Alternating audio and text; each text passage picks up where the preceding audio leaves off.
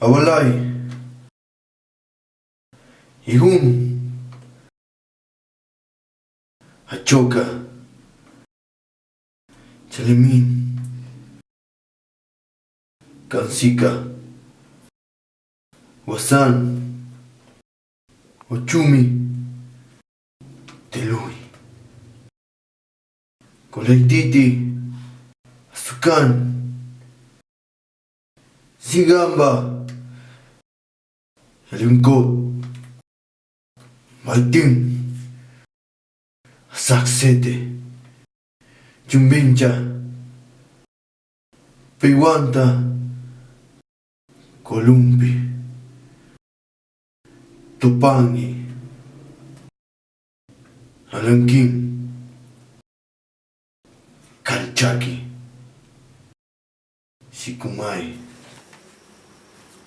Piltipoco, Yemalin y Kiri.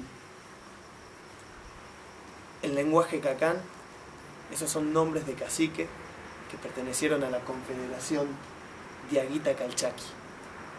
Buenas noches, ¿cómo les va? Mi nombre es Mariano, voy a ser su guía en este viaje por el tiempo.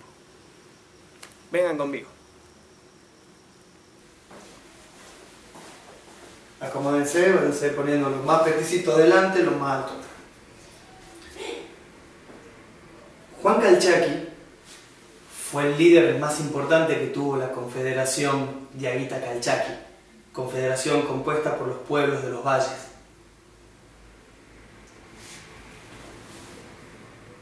Él logró reunir a 117 caciques y armó un gran ejército para defender a la Confederación de la invasión de los españoles. ¿Quién era Juan Calchaqui? Juan Calchaqui era un guerrero, cacique de los Anguingastas, un estratega y un militar impresionante. Era el tipo más respetado de todos los valles. Imagínense lo respetado que era, que cuando los españoles en una oportunidad lo toman de prisionero, no se animaron a matarlo, porque tenían miedo de futuras represalias de los aborígenes. La cuestión es que lo vamos a decir, ¿y qué hacemos con esto ahora? Agarraron, lo bautizaron, lo convirtieron al cristianismo y le pusieron el nombre Juan, que obviamente la historia oficial lo conoce siempre como Juan Calchaqui, pero su nombre era Calchaqui. El primer periodo de guerra entre la Confederación y los españoles, la balanza se inclinó para el lado de los nativos, llegando inclusive a destruir, a arrasar con varios pueblos españoles, como Londres, Cañete y Córdoba del Calchaqui. El tiempo fue pasando. Juan Calchaqui, el líder más importante, muere de viejito y las tropas españolas cada vez recibían más refuerzos. Esto hizo de que la balanza ahora se incline hacia el lado de los españoles.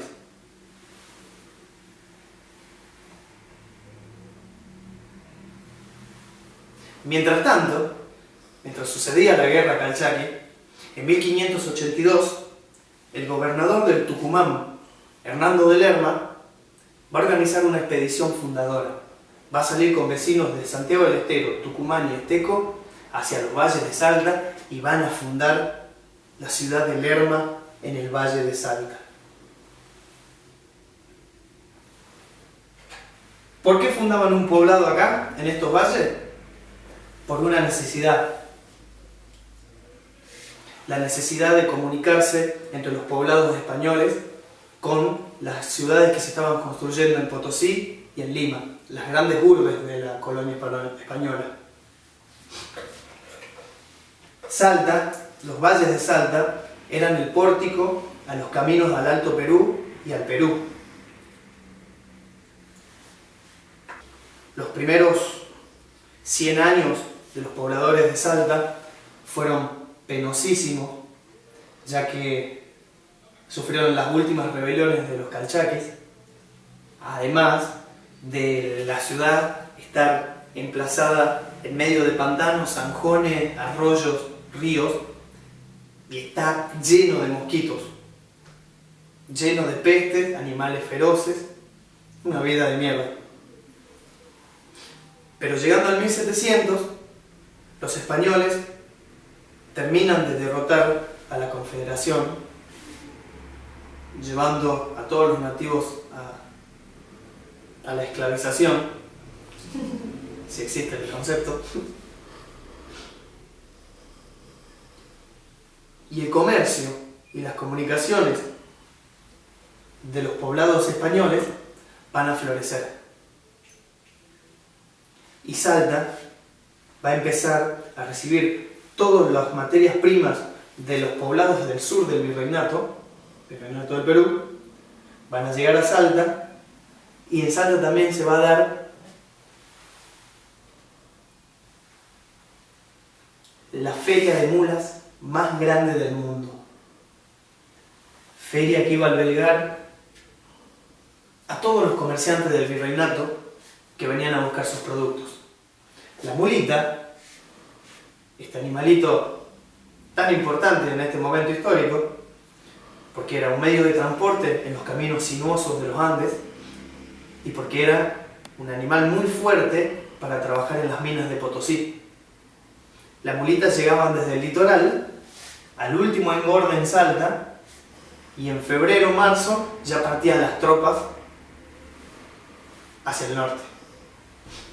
Este comercio de todas las materias primas que van a sustentar la producción minera de Potosí va a hacer que Salta crezca a la altura de las ciudades más importantes del virreinato. Los comerciantes y los terratenientes que gozaban de este beneficio del comercio llegaron a ponerse a la altura social de los nobles de Potosí, de Lima e inclusive de la misma España. Y obviamente que los mulatos, los negros, los criollos y aún los indios no gozaban de estas condiciones que podían gozar los terratenientes y los comerciantes. Este momento histórico, este momento en que Salta era un lugar de reunión, un lugar de comercio, un lugar con un movimiento que hubiese estado muy lindo estar ahí. Salta fue conocida como el Puerto Seco.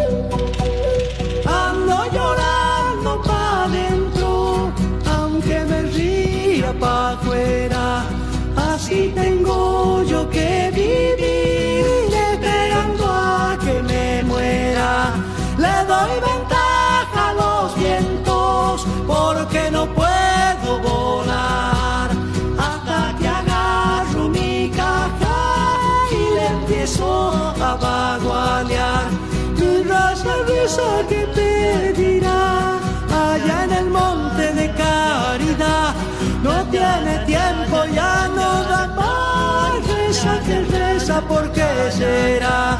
Valles sonoros de pedregal, piedra por piedra el viento va, borrando huellas a mi dolor, silencio puro en mi corazón.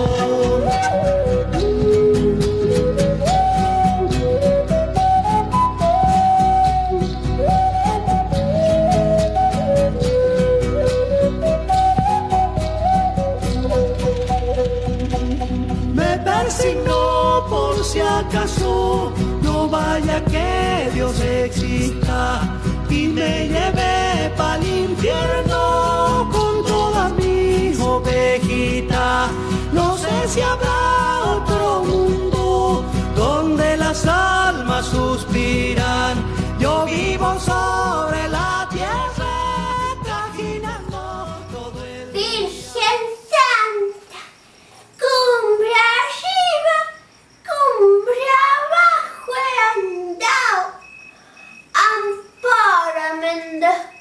pueblo. Deja que vuelva a ver mi rancho, mi china y mis changuitos, tal cual los he dejado. Vamos, mulitas, que la noche nos agarra. ¡Ay!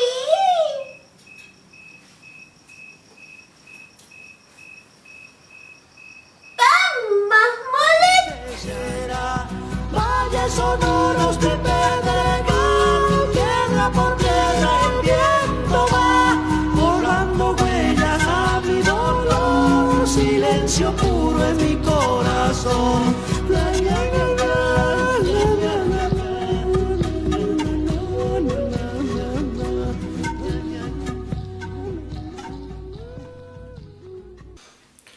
1810. En Buenos Aires comienza la revolución. Los ejércitos españoles van a bajar desde el norte, pero de Salta no van a pasar.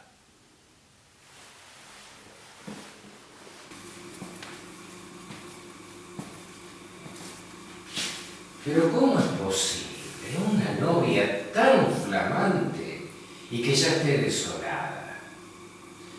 Entiendo que su novio la espera en Lima y que no puede viajar por culpa de las republiquetas en la anarquía.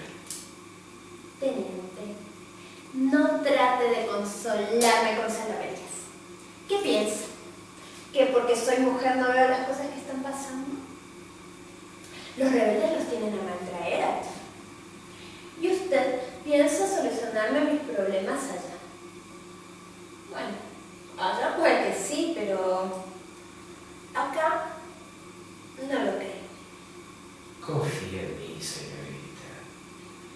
Los rebeldes no saben lo que les espera. ¿Acaso el coronel Castro piensa invadir el sur?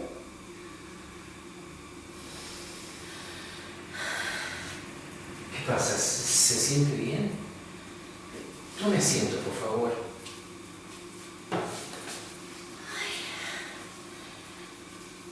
Es que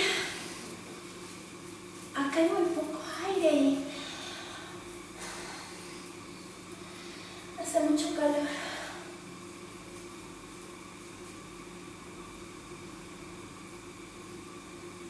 No me lo diga si no puede, teniente. Pero sepa que me consuela. De modo que el coronel Castro piensa invadir el sur. Me alegro de haberle podido infundir esperanza, señorita. Aunque sus esperanzas también me ponen triste. Envidio al caballero que la arranca de nosotros y la espera en Lima. Que nuestro pronto triunfo signifique su partida. Pero, ¿será tan pronto, teniente? Oh, pero qué joven tan impaciente.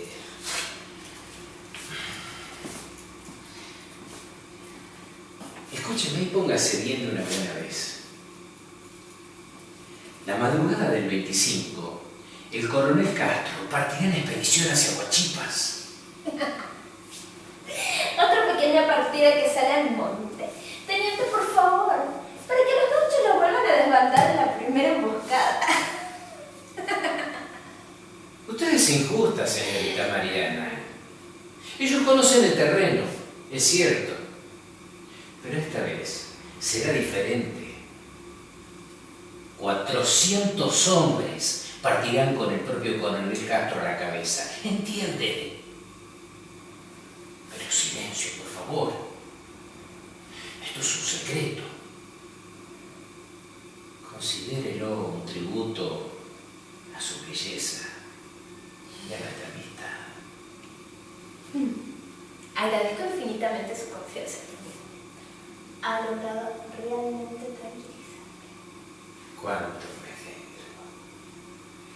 Ahora, si me permite, debo atender el resto de los invitados. Con su permiso.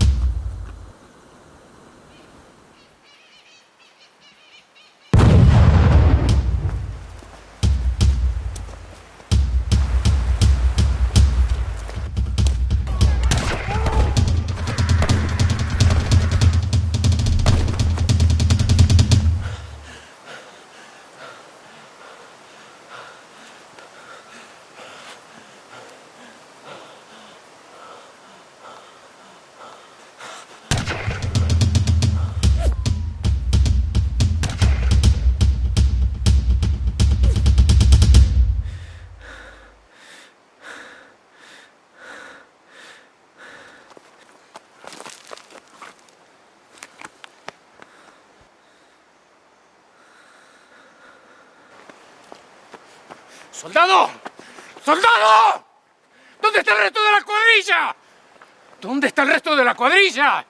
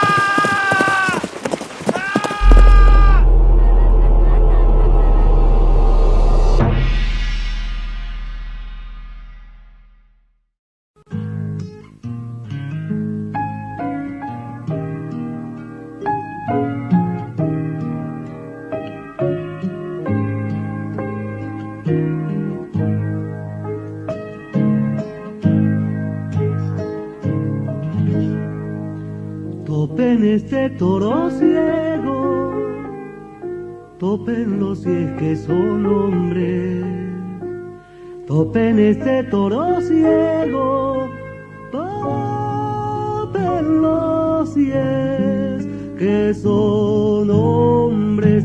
Sale quebrajando ramas desde la sombra del monte, del monte, del monte.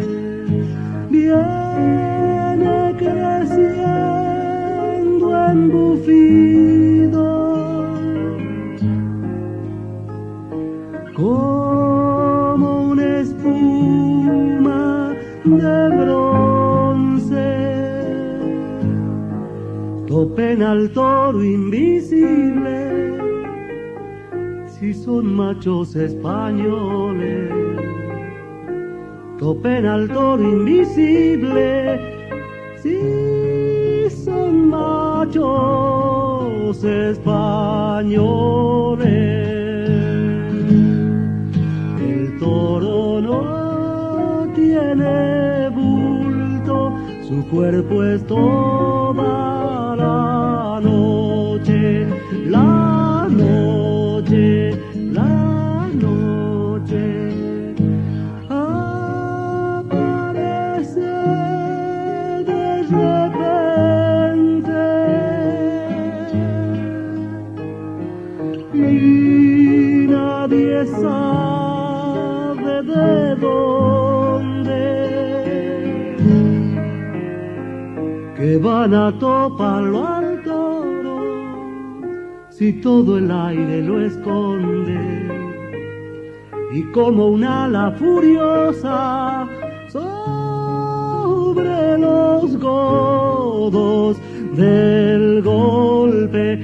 Toro sin toro, este toro, porque solo es guardamón, de guardamón, de guardamonte.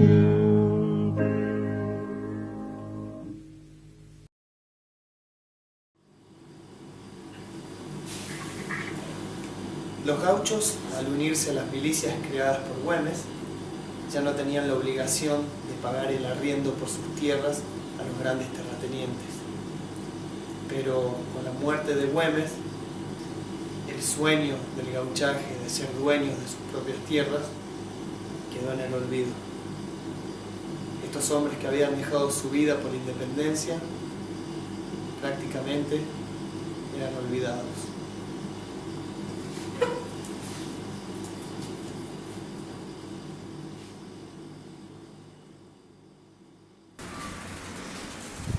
Señores terratenientes,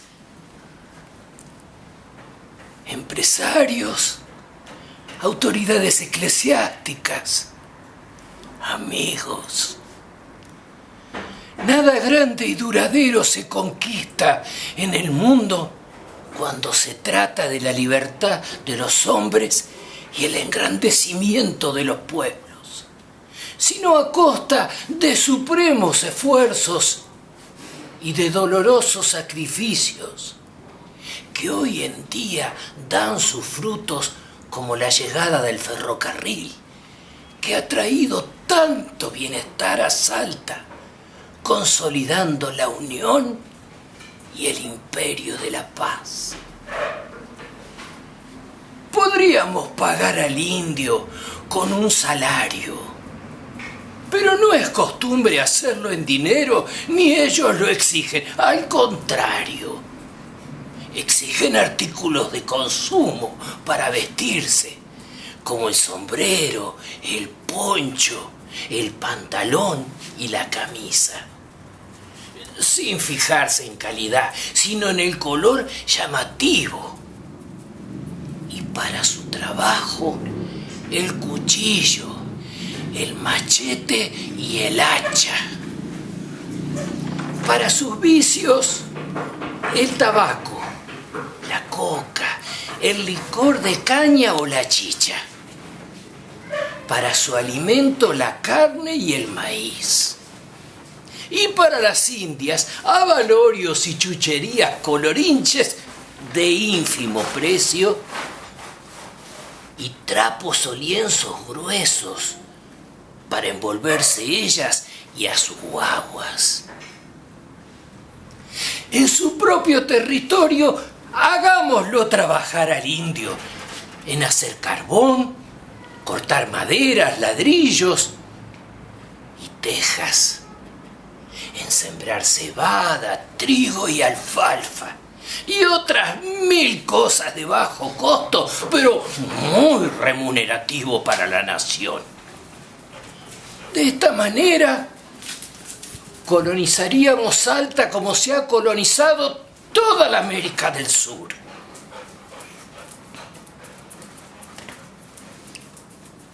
Sabemos que el indio no necesita más que un trabajo sistematizado, alimento y vestido, bajo una estricta y permanente vigilancia armada. Así Salta vendrá a ser una nueva ciudad culta, en permanente crecimiento económico, pasando a tomar un lugar preponderante dentro de la nación argentina. Este es un pueblo joven, con tierra fértil, mujeres hermosas que pasean por la plaza, un clima privilegiado y un lugar con grandes hombres honrados y con principios morales como ustedes, con vastos conocimientos industriales que han venido a relajarse esta noche después de un duro día de trabajo. Es así que agradezco cordialmente su presencia y agradezco también la protección de la divina misericordia, que nunca se invoca en vano. Espero que disfruten de la velada. Acompáñenme, por favor.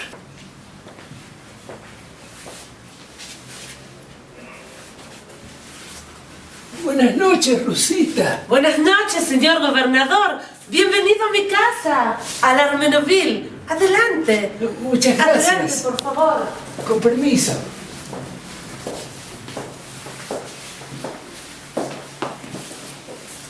Buenas noches. Buenas noches. Amigos, les presento a la Rosa María. Muy buenas noches a todos. Un gusto, encantada. Bienvenidos. Pónganse cómodos. Adelante, adelante. Rosita, ¿por qué no le cuentan a los señores la historia de su llegada a Salta, que es tan interesante? ¡Ay, pero qué cosas me decís vos! ¡Estás loco! Cuente, por favor. Bueno, le vamos a hacer el gusto porque es un viejo amigo de la casa y yo lo aprecio mucho. Gracias, Rosa. Yo intenté alcanzar en la vida, como todos.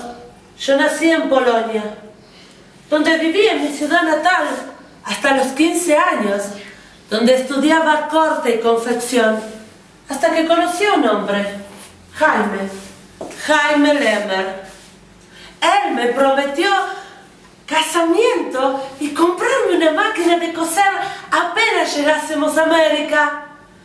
Ay, yo me ilusioné mucho con la máquina de coser, porque en Polonia éramos muy pobres y nunca podríamos haber comprado una. ¿Cuánto soñar? ¿Cómo es la juventud? Y uno cree en todo. Cuando llegamos a América, Jaime no cumplió con su promesa y me puso a trabajar en un bodegón así. Y me dijo: tenés que ser bien generosa con tu cuerpo, si que de eso depende que vendamos más bebida. Poco a poco fui perdiendo los sueños. Pensar que yo soñaba con vestir elegantes señoritas que estén maravilladas con los modelos de mi ropa. ¿Cuánto perder en el camino? En el año 1929 recorrí varias provincias antes de llegar a Salta: Mendoza, San Juan, Santa Fe, Rosario. Y luego nos venimos. Y ahora que me pude comprar una máquina de coser, yo no sé qué hacer con ella. ¿Ves? Esa es mi historia, señor gobernador. Así llegué a Salta, con 16 años. Gracias, Rosita.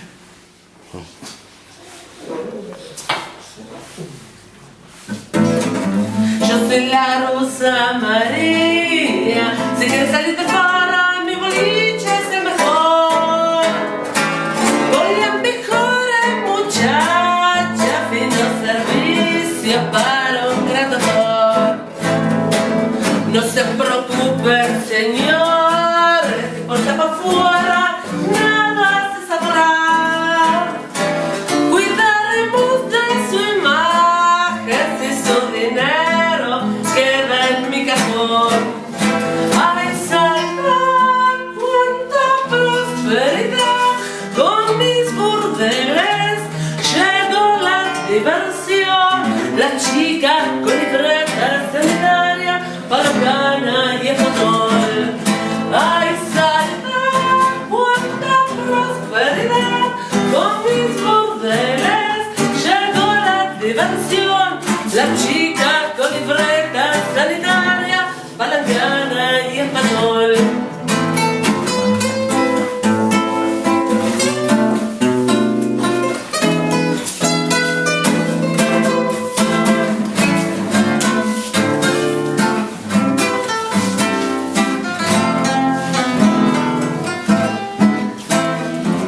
Cruza por calle Mendoza de negro gafán el señor gobernador.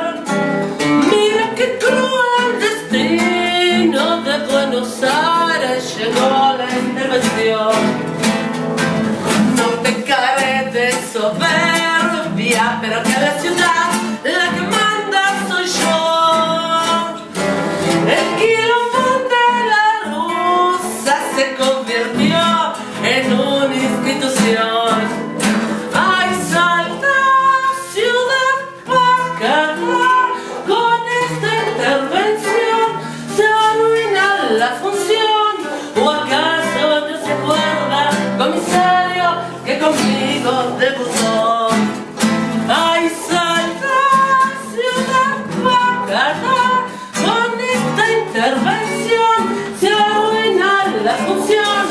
las chicas han perdido la alegría, maquillaje y el calzón.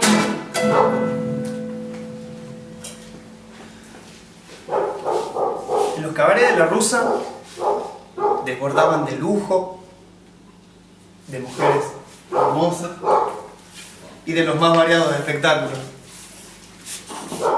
Era un oasis a donde los placeres se podían hacer realidad. Pero nada es para siempre. Una intervención de Buenos Aires llegó a Salta. Las whiskerías, los cabarets, las prostitutas pasaron a ser clandestinas. La Rusa, en bancarrota y sola, murió. 3 personas fueron a su entierro. 3 personas nada más.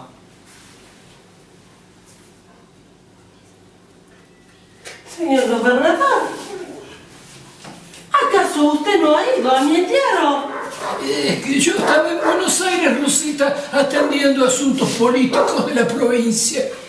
Pero me estás diciendo que no me llevaste una flor a mi tumba. Porque mis compromisos no me lo permitieron. ¿Pero qué estabas haciendo ese día? En Buenos Aires, reuniones con políticos, muchas... Me estás mintiendo, mira que te conozco. Y me conoces desde que tengo 16 años. Por eso nunca le he mentido, Rosita, habéis estado presente con una flor.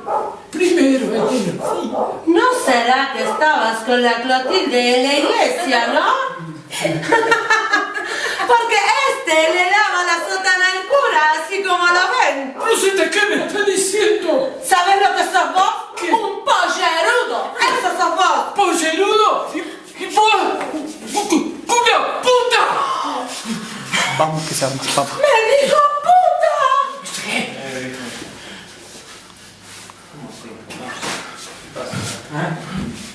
¡Me dijo puta!